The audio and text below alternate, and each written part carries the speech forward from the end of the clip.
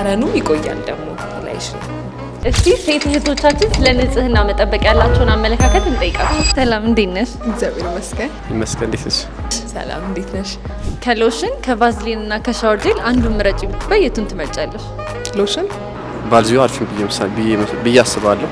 ሎሽን ሻወር ጄል። ሎሽኑን ለምን ምርጫሽ አደረግሽው?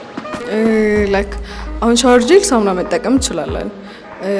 ሎሽን አለመጠቀም ግን ይሄ እንዴት ነው ከአየሩ ሁኔታ ከውሃችን አንጻር ምናምን በጣም ነው እጃችን ነጭ የሚሆነው እና ቆዳችን የሚሰነጣጠቀው እና ሎሽን ብንጠቀም ኦኬ ቫዝሊን ባይኖርም። እሺ ሎሽንን ለምን ምርጫሽ እንዳደረግሽው ንገሪኝ። ያው የመጀመሪያው ሻወር ወስደን ስንወጣ ምን ኤኒዌይ ማንም ሰው ነጭ መሆን አይፈልግም ማለት ነው። ለዛ ነው ቤዚክሊ እና ጠረኑም ይቆያል ደግሞ ላይሽ።